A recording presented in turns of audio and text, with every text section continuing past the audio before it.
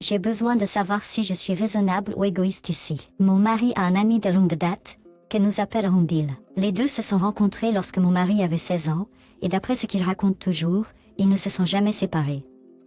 Bill est maintenant marié et vit à proximité avec sa femme. Ils ont annoncé leur grossesse il y a un moment, et mon mari était absolument ravi pour eux. Il les visitait aussi souvent que possible, et honnêtement, il avait l'impression de financer seul la garde-robe et la nurserie du bébé. Malheureusement, nous avons vu des mauvaises nouvelles. Bill et sa femme étaient bien sûr dévastés, tout comme mon mari. Je comprends. Il assistait son meilleur ami qui traversait quelque chose d'insupportablement douloureux. Il était souvent absent pendant de longues périodes pour réconforter Bill, car non seulement avait-il subi cette perte, mais son mariage ne semblait pas tenir le coup non plus. La perte s'est produite il y a 3 mois. Maintenant, c'est là que je pourrais être une énorme idiote. J'ai désespérément besoin d'un jugement. Je compatis entièrement avec Bill et sa femme qui ont encore besoin de temps pour se remettre, mais mon mari agit également comme si c'était toujours frais. Pas seulement dans la façon dont il réconforte toujours son ami pendant son temps libre ou s'excuse pour prendre des appels téléphoniques de plusieurs heures, mais l'intensité de ses émotions. Je l'ai vu pleurer il y a une semaine, et quand je lui ai demandé des explications, il s'est mis en colère contre moi et m'a dit que cela devrait être évident. J'ai été surprise de faire face à une telle malveillance à une simple question, alors j'ai essayé de lui suggérer gentiment que la thérapie pourrait être bénéfique. Il ressentait la perte comme si c'était la sienne, et je ne trouvais pas cela très sain. En fait, je m'inquiétais pour lui depuis quelques mois, si j'étais honnête, mais je ne savais pas comment aborder le sujet. La conversation qui a suivi ne s'est pas bien passée, et mon mari a dit que ses émotions étaient parfaitement normales et que peut-être j'étais simplement dépourvue d'empathie. Et il m'évite depuis. Est-ce que je suis l'idiot? Pas l'idiot? Votre mari est étrangement impliqué ici. Comme de manière étrange. Je ne pense pas que sa relation avec Bill soit entièrement platonique. Avez-vous vu Bill et sa femme récemment? Si vous vous êtes éloigné, je dirais qu'il est temps de partir quand votre mari le fait, afin de pouvoir évaluer exactement comment les choses se passent entre les trois. Quoi que ressente votre mari, il est clair qu'il souffre beaucoup plus que la perte d'un bébé d'un ami. Je les ai vus il y a quelques semaines. Sa femme semblait très distante de Bill, mais elle était gentille avec moi. Nous avons parlé pendant un moment. Bill et mon mari ont passé un moment seuls pendant ce temps, tandis qu'elle et moi le faisions. Elle s'en sort plutôt bien, mais leur mariage ne tient pas très bien, comme je l'ai dit. Cela la tracasse. Je suis d'accord avec vous. Votre mari agit comme s'il avait vraiment perdu un bébé. Être empathique, c'est une chose, mais cela semble un peu excessif. Soit il y a plus dans cette histoire, et j'espère qu'il n'y en a pas, soit il a vraiment besoin de parler à un thérapeute pour comprendre pourquoi il est si impliqué émotionnellement avec son ami. Je veux dire, ils se sont rencontrés quand le mari de l'auteur avait 16 ans et Bill 20 ans. Bien que ce ne soit pas complètement inhabituel, combiné à un niveau d'attachement émotionnel inhabituel, c'est préoccupant. Je ne suis pas du genre à sauter aux conclusions, mais il semble que Bill et le mari soient plus que des amis. Et le mari est dévasté parce qu'il et Bill avaient prévu d'élever cet enfant ensemble après le départ de Bill de sa femme. OP, es-tu sûr que ce n'était pas le bébé de ton mari? Donateur secret. Acer? Peut-être que c'est juste moi, mais je suis coincée là-dessus. Votre suggestion de thérapie est excellente. Je serais incroyablement surpris si mon mari affichait le comportement que vous avez décrit. Vous avez vérifié auprès de lui avec une question simple, et cela a semblé le déclencher, entraînant une explosion. Je ne pense pas que sa relation avec Bill soit entièrement platonique. Tout le monde parle de la toxicité de la masculinité qui doit être effacée, et les hommes devraient être encouragés à avoir des amitiés étroites et à montrer leurs sentiments plus. Mais tu es gay si tu fais ça, non? Oh, va juste te faire foutre. D'accord, bien sûr, l'ami est toujours en deuil. Le mari de l'OP est un gars bien, qui ressent une empathie normale lorsqu'un ami vit quelque chose d'incroyablement tragique. OP est folle de penser que tout devrait redevenir normal en 3 mois. Vous êtes l'idiot. Soutenez émotionnellement votre mari afin qu'il puisse soutenir son ami en deuil. J'ai un fils de 30 ans et 2 petits-enfants, prématernels et maternels. Je m'en occupe 2 à 3 fois par semaine, pendant 3 à 4 heures par jour. Je n'ai pas d'objection à m'occuper d'eux, mais c'est épuisant. Donc, au début du mois de novembre, mon fils m'a invité à voyager avec lui, sa femme, ses enfants et ses beaux-parents. J'ai demandé combien coûtait ce voyage, et ce n'était pas donné, alors je lui ai dit que je ne voulais pas parce que ce n'était pas le montant que je voulais dépenser pour le moment. Il m'a offert de payer en cadeau, et j'ai décidé d'accepter, à condition que je ne garde pas mes petits-enfants à aucun moment, et que ce soit mes vacances. Il a accepté.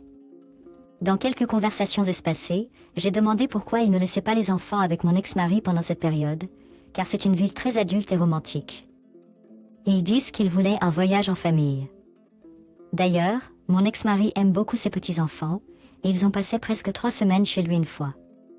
Ils n'ont pas fait ce voyage pour d'autres raisons.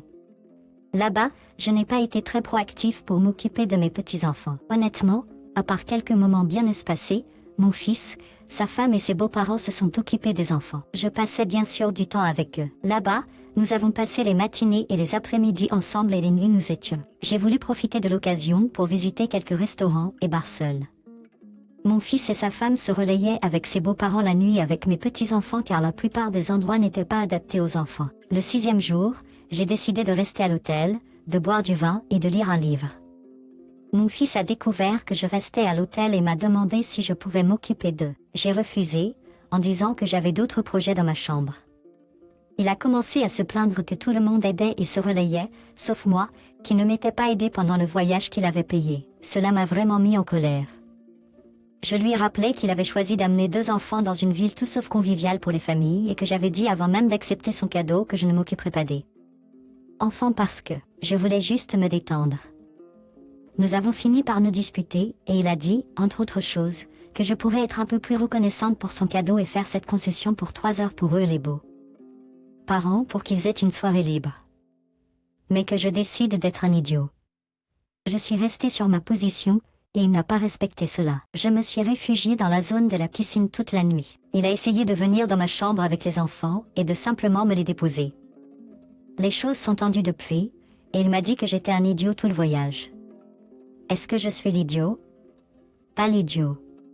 Imaginez tenir un voyage au-dessus de la tête de votre mère, votre principal dispensateur de soins, l'audace et la stupidité, l'arrogance de penser que vous avez droit à une garde d'enfants peu importe ce que c'est. Vous avez expliqué vos limites avant d'accepter les vacances tout payées. Vous avez fixé l'attente. Il n'aurait pas dû l'assumer, vous changeriez. Ma sœur et mon beau-frère ont osé dire à ma mère qu'elle devrait être en veille, et qu'il n'aurait même pas besoin de lui demander de faire du babysitting. Elle devrait juste être disponible. Ils disent que le fait d'être grand-parent n'est pas un travail à temps partiel. Pouvez-vous imaginer être aussi prétentieux? Towards l'idiot. Est-ce que cela te tuerait vraiment de garder tes petits-enfants pour la nuit, pour que les beaux-parents et les enfants puissent prendre une pause? Je ne pourrais pas imaginer ne pas planifier de prendre les enfants, même pour quelques heures le soir, en guise de remerciement. La gratitude fonctionne dans les 2 sens. Ton fils et ta belle-fille sont reconnaissants pour tout le travail que tu fournis pendant la semaine de travail et t'emmènent en voyage relaxant en guise de remerciement. Tu as de la gratitude parce qu'ils reconnaissent ton dur travail et ton appréciation en t'emmenant sur le dit voyage et en offrant une nuit de congé à tout le monde. Mon petit ami et moi sortons ensemble depuis 11 mois. C'était son premier Noël avec ma famille. En fait, la 2e fois qu'il les rencontrait, mais le premier Noël avec eux. Il a 2 enfants, un préadolescent et un enfant plus jeune. J'ai suggéré qu'étant donné que c'était son premier Noël avec ma famille, il pourrait se sentir un peu stressé et que la présence des enfants pourrait ne pas être idéale. J'ai suggéré qu'il les laisse passer Noël avec leur mère, pendant qu'il assistait à la célébration de ma famille. Il a assisté à mon Noël en famille tout seul. Il s'est senti offensé, prenant cela comme si je le cachais ou l'excluais, lui et ses enfants, de ma famille. Mais j'ai expliqué que je ne voulais pas exposer les enfants à des moments gênants entre lui et ma famille, puisqu'il s'agissait du premier Noël qu'ils passeraient ensemble et qu'ils ne le connaissaient pas très bien. Il s'est mis en colère et a dit qu'il se sentait triste pour les enfants à cause de ma suggestion. Nous avons commencé à nous disputer et il n'a pas bien accueilli ma suggestion. Je lui ai dit que c'était juste une suggestion, mais il m'a dit d'arrêter d'essayer de justifier mes actes. Il m'a envoyé un message plus tard, me faisant la leçon sur la façon dont ma suggestion l'avait blessé. Est-ce que je suis l'idiot? J'essayais juste de m'assurer qu'il se sentirait à l'aise avec ma famille. Tu es l'idiot, Ne faisons pas semblant que ta suggestion ait quoi que ce soit à voir avec toi qui t'inquiète de ce qu'il ressentira stressé à l'idée de passer Noël avec tes parents. C'est complètement à propos de ton confort. Soyons realists.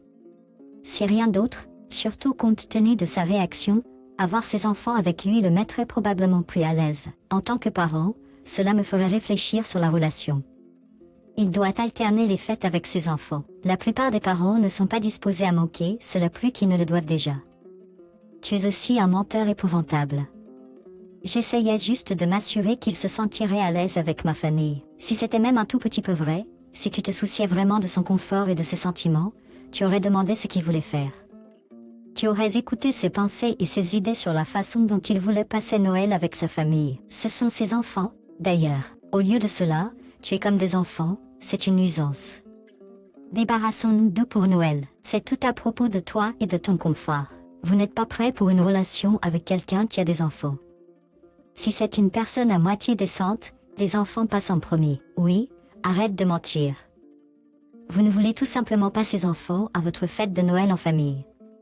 Et comment suggérez-vous même une chose ici? Cet homme a un jugement juridique de garde d'enfants qui spécifie que cette année les vacances ont les enfants avec lui. Mettez fin à la relation maintenant, peu importe. Vous n'êtes pas fait pour sortir avec un gars qui a 2 enfants. Moi, 39 ans, femme, j'ai une fille adolescente. Pour son anniversaire il y a 3 mois, elle ne voulait qu'un chien. Je n'ai pas vraiment envie d'animaux de compagnie, mais j'ai toujours refusé d'en avoir chez moi. Ma fille a toujours supplié d'avoir un chien ou un chat, et jusqu'à présent, j'ai dit non. J'y ai vraiment réfléchi. C'est une bonne fille, et je me suis dit qu'elle était assez mature pour s'en occuper. J'ai accepté d'avoir un chien, mais j'ai posé beaucoup de règles. La principale règle était qu'elle devait s'occuper du chien, le nourrir, le promener et le sortir. Elle était très heureuse et nous sommes allés dans un refuge local. Nous avons finalement adopté un petit chien de race mixte qui est assez sympathique et globalement bien élevé. Nous nous sommes tous attachés au chien. J'ai aussi un fils préadolescent, et il est tombé amoureux de lui instantanément. Tout se passait bien depuis un mois. Finalement, le chien a commencé à uriner et déféquer dans la maison. Je texterai ma fille à ce sujet, en demandant si elle l'avait sorti, et elle dirait qu'elle avait oublié. Puisqu'elle était à l'école, c'était moi qui devais nettoyer le désordre. Cela s'est produit peut-être 4 fois. Chaque fois, je réprimandais ma fille à propos de prendre soin de son chien, je soulignais qu'il s'agissait de son chien, et qu'elle en était responsable. Il y a également eu plusieurs fois où ma fille m'a texté de l'école, en disant qu'elle avait oublié de nourrir le chien, et en demandant si je pouvais. Le vendredi, elle est allée à l'école comme d'habitude. Je suis passée devant sa chambre à un moment donné et la porte était fermée. J'ai entendu l'aboiement du chien depuis la pièce. Je l'ai laissé sortir et lui ai envoyé un message texte à ce sujet. Elle a dit qu'il avait dû être là et qu'elle avait fermé la porte sans s'en rendre compte. Le chien allait bien. Il n'était là que depuis environ 3 heures, mais je lui ai demandé ce qui se serait passé si je ne l'avais pas entendu. Il serait resté là toute la journée sans eau ni nourriture. J'étais très agacée, car je ne voulais jamais avoir d'animaux de compagnie. J'ai pris une décision spontanée de me débarrasser du chien. J'ai appelé ma sœur qui habite à 10 minutes et qui aime les chiens. Je lui ai demandé si elle voulait bien prendre le chien, et j'ai également dit que cela pourrait être temporaire si ma fille prouvait qu'elle était prête à s'en occuper. Ma sœur a accepté avec plaisir et je l'ai emmenée chez elle avant d'aller travailler. Bien sûr, je prévois d'emmener mes enfants rendre visite au chien, mais je ne veux plus m'en occuper une fois que ce devait être la tâche de ma fille. Je ressens également que le chien serait mieux soigné chez ma sœur. J'ai expliqué cela aux enfants, qui étaient très en colère contre moi. Les 2 enfants ont commencé à pleurer, et ma fille est partie dans sa chambre en claquant la porte. Elle a été particulièrement insolente avec moi tout le week-end, et mon fils a traîné les pieds. Je me sens mal pour mon fils, qui était très proche du chien et qui n'a rien fait pour mériter qu'il lui soit enlevé. Je me sens mal pour ma fille également, mais elle a rompu notre accord. Suis-je un idiot? De quelque manière que ce soit? Aide pour les horaires de repas ou de promenade. Trouver une solution lorsqu'elle est à l'école et ne peut pas sortir le chien? Cours d'éducation canine? Consultation chez le vétérinaire? Elle a besoin d'aide pour gérer cette nouvelle responsabilité. En tant que parent, c'est votre travail de l'enseigner et de la guider à travers cela. Plutôt que de prendre une décision hâtive et de replacer le chien, vous auriez dû vous asseoir avec elle et discuter des moyens de l'aider à naviguer dans cette responsabilité. Dans la maison que mon arrière-grand-père a construite, j'ai récemment vendu 2 acres pour un prix 100 fois supérieur à celui que j'ai payé à mes cousins pour l'ensemble du terrain. Lorsqu'ils l'ont découvert, tout a dégénéré. La famille a explosé, et ils hurlent que j'ai profité d'eux de leur héritage. J'ai souligné que cela avait pris une décennie pour que quoi que ce soit se produise, c'était donc très certainement à Paris, et j'ai simplement eu de la chance. Ils ont soutenu que je devais les informer que cela pouvait arriver, et j'ai soutenu que j'avais pris ma décision sur la base d'informations publiques. Beaucoup de membres de la famille veulent que je mette à jour leurs actions, mais je refuse. Je le considère comme un pari commercial que j'ai gagné. Suis-je l'idiot? Pas l'idiot, ils ont des regrets de vendeur. La propriété a tendance à augmenter de valeur, et ils ont choisi de prendre l'argent maintenant plutôt que de voir leur héritage comme un investissement à long terme. Vous allez bien, mais vous pourriez leur accorder un pourboire en guise de bonne volonté pour en finir et passer à autre chose. Je ne ferai pas cela à moins que vous ne vouliez devoir continuer à leur donner un pourboire chaque fois que la terre prend de la valeur ou que vous vendiez une partie de celle-ci. Donnez-leur 1 centimètre et ils prendront 1 kilomètre. Sérieusement, c'est un conseil tellement mauvais. Ne donnez pas 1 centime. Je suis sûr qu'ils n'ont rien investi depuis qu'ils vous ont vendu la propriété, mais vous oui. C'est à vous et vous pouvez en faire ce que vous voulez parce qu'ils l'ont vendu quand c'était le leur. Vous ne leur devez rien pour leur mauvaise décision. Et le fait qu'ils pensent que c'est le cas en dit long sur le genre de personnes qu'ils sont. Ou, qui aurait pensé que la terre prenait de la valeur avec le temps. Quel concept fou. Ils voulaient de l'argent et vous vouliez la terre à ce moment-là, vous leur donnant ce qu'ils voulaient. La seule raison pour laquelle ils s'énervent contre vous est qu'ils vous connaissent et que vous n'êtes pas une personne au hasard à qui ils ont vendu la terre. Cependant, arrête de dire à ta famille quoi que ce soit sur tes finances.